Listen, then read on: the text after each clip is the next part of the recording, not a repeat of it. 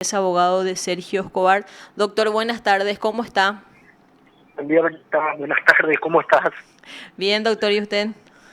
Súper bien, excelente. Doctor, queríamos conversar contigo con relación a esta acción que llegó a nivel de Corte Suprema de Justicia, en este caso un recurso de casación, me retracto, con Sí, relación a la decisión de la Cámara de Apelaciones. La fiscal Victoria Acuña planteó esta casación contra esa determinación de prescribir el proceso contra el ex titular de Petropar. ¿Ustedes, doctor, accedieron a este escrito? ¿Qué sostiene la defensa?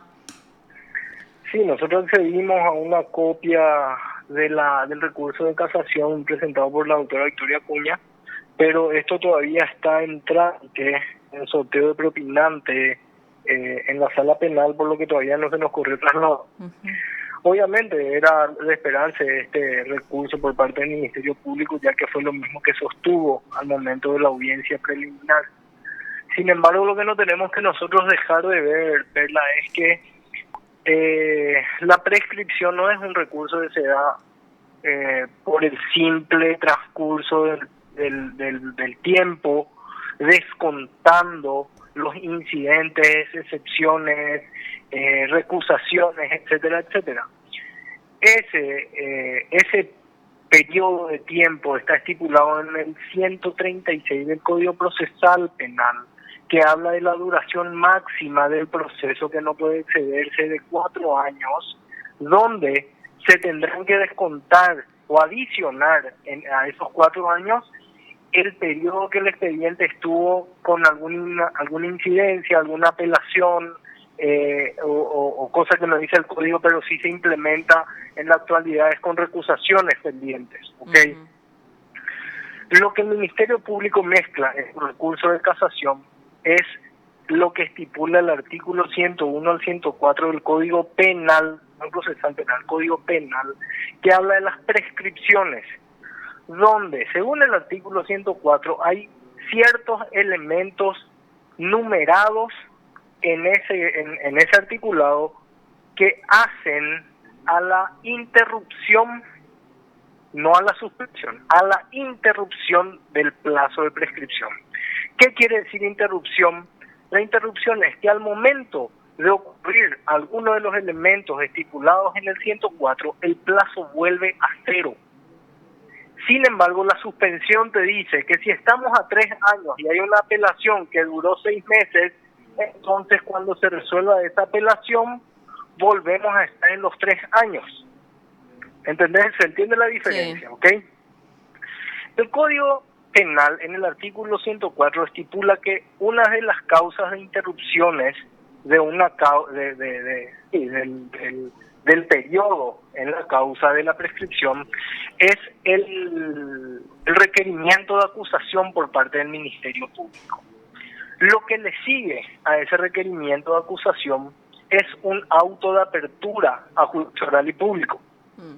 Entonces, si desde el momento en que se presentó la acusación hasta 5 años después no se llevó adelante esta audiencia preliminar y no se pudo elevar la causa a juicio oral y público, el Código Penal estipula de que se ha materializado la prescripción. Entonces, independientemente a los motivos por los cuales la audiencia preliminar no se pudo llevar a cabo, no podemos estar mezclando lo que dice el 136 del Código Procesal Penal con lo que estipula el 104 del Código Penal. Son dos interpretaciones distintas y con apreciaciones y plazos distintos. En la causa que nos ocupa de Sergio Escobar, lo que ocurrió es que el Ministerio Público presentó acusación hace 3 años atrás. Hubo una recusación al momento de una audiencia preliminar por parte de un defendido de nombre de Saúl González, que eso desembocó que el expediente vaya a la Cámara de Apelaciones. En Cámara de Apelaciones se presentó un incidente que se resolvió y fue motivo de recurso de casación y se remitió a la Corte, y en Corte el expediente estuvo más de 5 años. Por lo tanto, que alguien me explique cuál fue el elemento insuperable que llevó a que el plazo de la prescripción se suspenda? Ninguno, porque la Corte tenía todos los elementos para resolver. ¿Cuál era? Dictar una resolución. Si la Corte no dictó esa resolución dentro del plazo estipulado, que son 10 días, según el Código, ¿cuál es el motivo por el cual el justiciado debe esperar 5 años para dar continuidad a esa causa? No sé si me estoy explicando. Sí. Ayer también, Por doctor, eso, justamente la Sala Penal sacaba una interesante resolución con relación a la prescripción en otro caso y hablaba del 104. exacto. Pero resulta, ¿verdad?, que estamos ante una corte dividida. Mm, Entonces, según los casos que le interesa, hace lugar la prescripción, y según los casos que no le interesa, rechaza la prescripción con la supuesta teoría de los plazos muertos. La teoría de los plazos muertos no está estipulada en ningún lugar del Código Penal, del Código Procesal. Por lo tanto, no es una ley positiva, o sea, no está vigente, no es ley. Entonces, tenemos que recurrir al artículo 10 que prohíbe la interpretación extensiva de la norma. ¿Qué quiere decir eso? Yo no puedo entender la norma de una forma que no está expresamente redactada. Y si en el artículo, en todos los artículos que hablan de la prescripción, desde el artículo 101 hasta el artículo 104, no habla de los plazos muertos, nosotros no podemos introducir como suspensión o interrupción del plazo de la prescripción esos plazos muertos, porque fue la misma Corte quien retuvo ese expediente. Tenemos casos, como es el caso, la causa de Luis Alberto Rial, donde la Corte modifica el plazo de la prescripción para prescribir la causa. Imagínense ustedes que dicen que una nueva licitación, que no fue motivo de la acusación, te estoy hablando en el caso Rial, no fue motivo de la acusación, ni tampoco fue motivo del juicio oral, pero no importa, dice la Corte, esta segunda licitación que fue para reparar el edificio que compró Rial, dio continuidad al hecho punible. Señores, si eso no estaba en el auto, no pudo defenderse nunca en el juicio oral. Entonces la Corte no puede estar modificando los hechos y las fechas de la relación fáctica con el simple fin de no prescribir la acción. Doctor, ya que hablaste del caso Rial, con relación a él, o sea, ¿cuál es el siguiente paso ya que se ha confirmado esa resolución, la decisión del Hay tribunal? hay una aclaratoria pendiente, Perla, justamente en ese sentido. Si esa modificación afecta a Luis Alberto Rial, ya que acordate que él renunció al cargo. Sí. Y si ese edificio no llegó a titularse a favor del Ministerio de Educación fue porque él ya no era ministro al momento. Entonces, ¿cómo puede la conducta de una persona que ya no estaba en el cargo tomarse como una continuidad del hecho punible? Punto 1. Punto 2. Hay elementos en la sentencia donde, yo no sé si vos leíste la sentencia, pero había decisiones contradictorias con relación a la admisibilidad o no del recurso.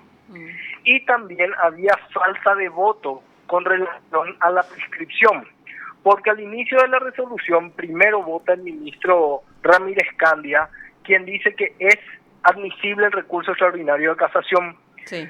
Y no se expide con relación a la prescripción, porque él manifestó que había que estudiar la casación en sí. Sin embargo, la doctora Carolina Llanes dice que es inadmisible el recurso y que la prescripción, y ahí es donde en el relato de su voto, en la redacción de su voto, modifica la fecha de conclusión del hecho punible. El doctor Benítez Riera se adhiere al voto de Carolina. Entonces, Ramírez Candia nunca votó por la prescripción. No, porque él quería estudiar ya la casación en sí. Es lo que te estoy diciendo. Entonces, Sí. falta un voto. Falta un voto. Por más que sea igual en mayoría, falta un voto. Entonces, con relación a eso, ustedes plantearon una aclaratoria. Una aclaratoria por los dos hechos. Primero, porque el doctor Ramírez Candia no se expidió en cuanto a la prescripción. Y segundo, porque ¿Por qué modificaron la fecha del hecho punible? Por otro lado, tenemos una acción de inconstitucionalidad también pendiente sobre la misma resolución que condena. O sea que todavía no, para Todavía ser no, prácticos, no está firme. todavía no está firme. Perfecto, doctor. Pero esto más que nada, suponiendo, Perla, que esto quede firme, estos pasos, más que nada, es para agotar las instancias y posteriormente poder recurrir ante instancias internacionales. Porque verdaderamente el fundamento de toda la acción y el voto en disidencia en el juicio oral y público es que acá no hubo perjuicio patrimonial. Entonces, si no existe perjuicio patrimonial, no existe lesión de confianza. Además, ustedes siempre indicaron que el edificio también ya está en nombre del Ministerio de Educación. Por eso es que no existe perjuicio patrimonial.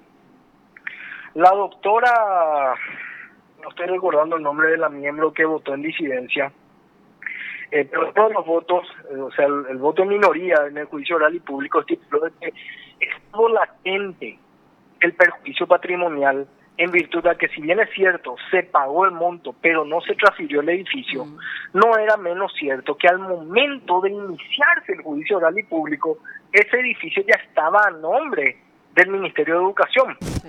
Entonces, lo que era una latente posibilidad de perjuicio patrimonial quedó en nada desde el momento a que eso ya se registró a nombre del Ministerio de Educación.